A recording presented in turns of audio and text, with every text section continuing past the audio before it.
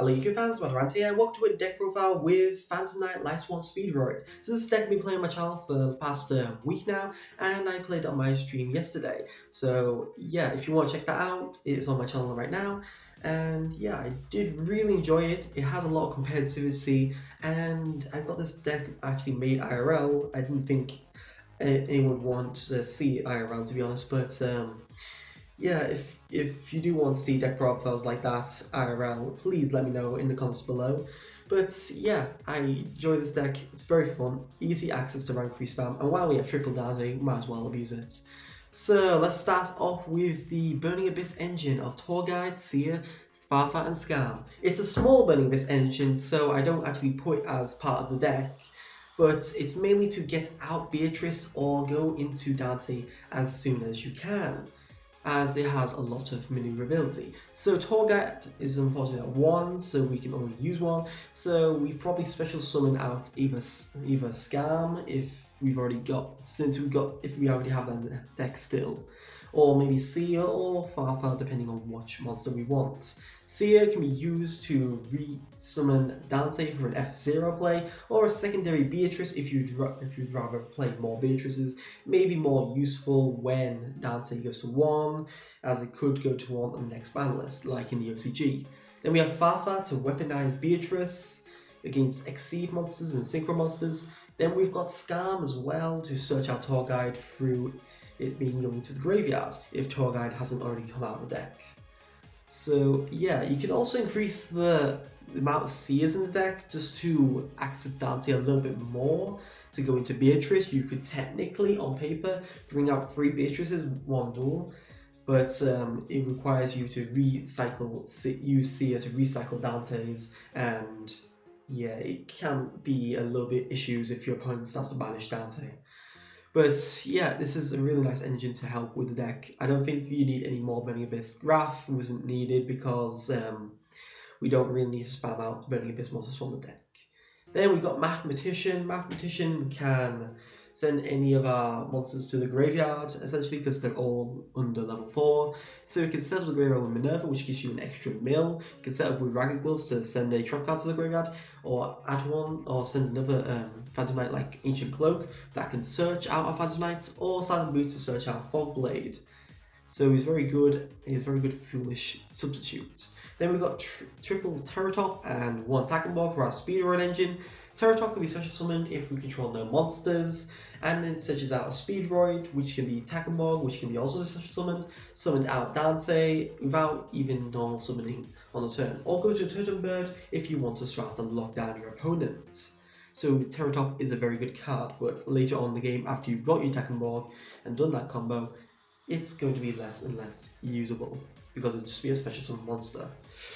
Then we have the Lumina, the triple Lumina and triple Minerva, the original Minerva, I should say.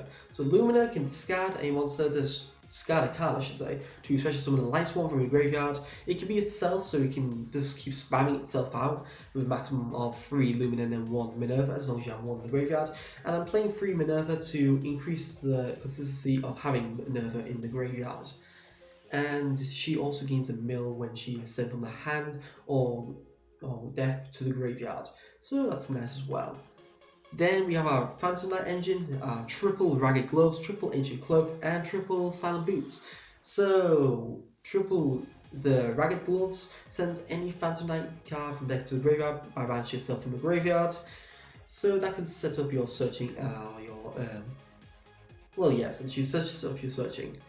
Or you can set up your re-summoning through your trap cards. Also, when it is used for Dark Exceed monster, the Exceed monster gains the effect that it gains 1000 attack on its summon. You can only use that effect once per turn. Well, you can only use each effect once per turn. So you can't, like, summon Break Sword, destroy itself, summon Dark Rebellion, Exceed Dragon, and gain both if attacks. It's a mandatory effect, which is annoying, but yeah. Then we have triple Ancient Cloak.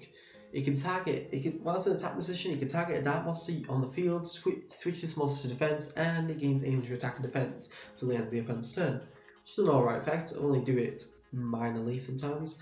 But you can also banish this card from your graveyard to add a Phantom Knight card from your deck to your hands, usually Silent Boots so you can special summon itself.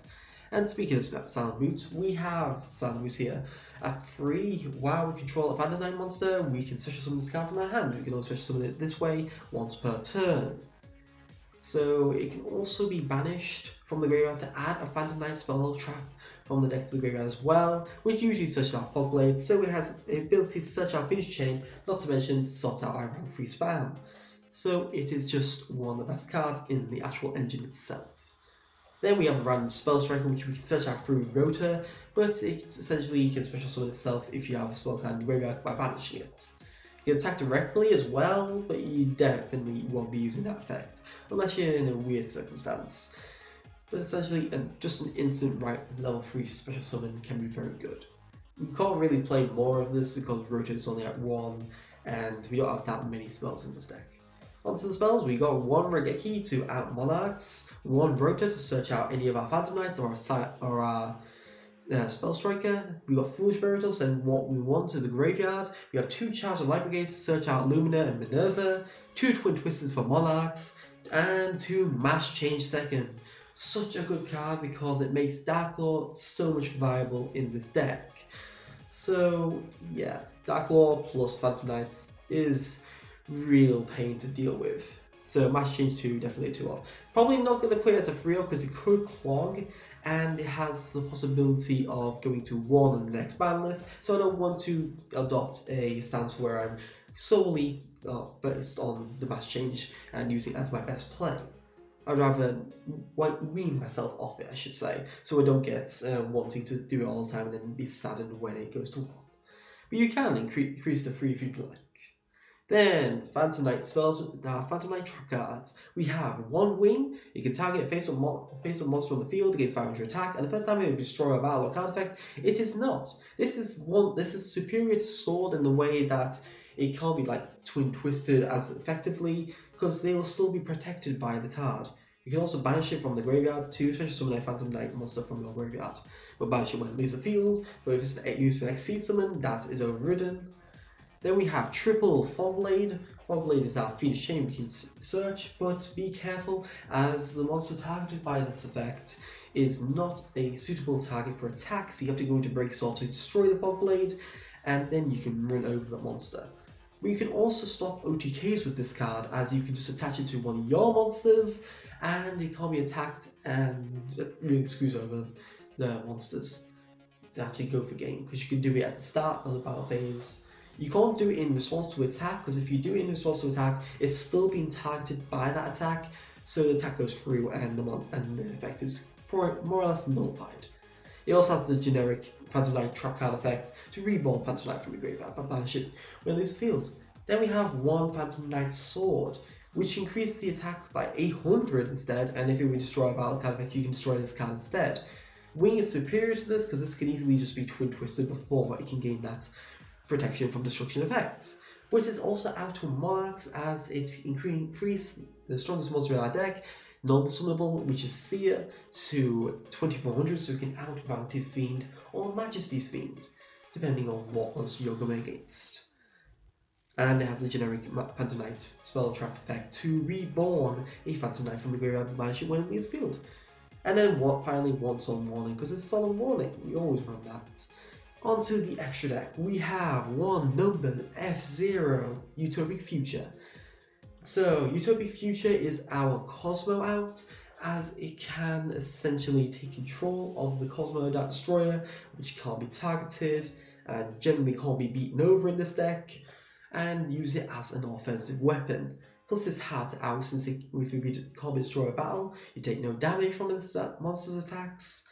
And if you destroy a hard effect, you can discharge a material instead. Cosmo do have an out to it with Cosmojo, but it can be something annoying for them to deal with. It's also an out to Mermail as well. If you feel like you're going to get OTK by Mermail, this can protect at least for a bit. Then we have Triple Dante. Dante is probably going to go to the 1 TCG as it has done in the OCG, but for now Triple Dante is quite good. It can mill a lot of cards, mills free as cost, gains 1500 attack points if it mills free successfully, and if it attacks, it switches to defensive position. If it's sent to the graveyard, you can target a venomous card in your graveyard and added to your hand except from this card, so you can target another copy of Dante, so it can restore and make sure you have one Dante in there. That's why if it goes to 1 it will be annoying, but we can use Seer to recover this card. So it's got a silver lining. So Dante, if it goes to 1, I'll probably put in 2 more Beatrices or another Beatrice to use the ability, use the spamming I should say, and probably bump up the usage of Seer in the deck. Then we have Levia, the Sea Dragon, which I'm on the fence about. I do sometimes use this card, but it's not always the best card. You're just spamming the board. Essentially, it doesn't give you much else except from an 1800 beat stake and recovering some of your lost monsters, but it doesn't recover your traps, which is annoying.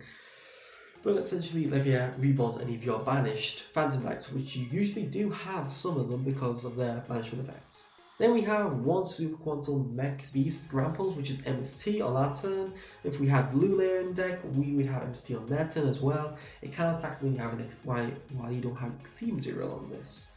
Then we have Totem Bird. When a spell trap is activated, you can detach 2 materials, negate the activation. If you do destroy it, then it loses 300 attack. You can only summon with wind monsters, so you summon it with your Terratop and Attack and Ball combo. Then we have 2 Breaksword. Breaksword can be played at 3, but I don't think it's really necessary to deal all that get all that money out for just triple Breaksword. You can work it at 2, and it works fine at 2. It has the ability of Scrap Dragon to destroy 1 card you control and 1 card they control, but when this Exceed Summon card is destroyed, target 2 Phantom Knights in your graveyard at the same level, reborn them and increase their level by 1. You can't special summon for the rest of the turn except from Dark type monsters. So it can allow you to go to a rank 4 spam as well as rank 3. Well, as well as destroying monsters on the field. So it can destroy itself and then summon that Rebellion Exceed Dragon, which is good. Then we have 1 number 47 Nightmare Shark to attack the game, because it can attack directly. And then we've got 1 Dark Rebellion Exceed Dragon, which can detach 2 materials to tag one face on monster your opponent controls, half its attack, and then it gains that half. So that's quite good, and it can easily be summoned through Breaksword's ability. Then we have 1 Beatrice, still on the fence about bumping this up to 2, but essentially this can be overlaid on top of your Dante, and essentially it can send 1 card from deck to the graveyard as long as it wasn't summoned this way. And if it is destroyed by opponent's card, by battle or card effects, then it can summon out Dante Pilgrim, which is a 2100 beat stick that can't be targeted by card effects, which is nice.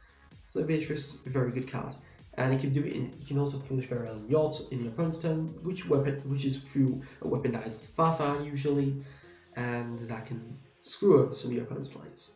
Then we have 1 Trishula, because we have that access due to Minerva, and Trishula isn't out to Cosmo. Then we have 1 Masked Hero Darklaw. If you get this out early enough, you can probably add it to your Monarch matchup.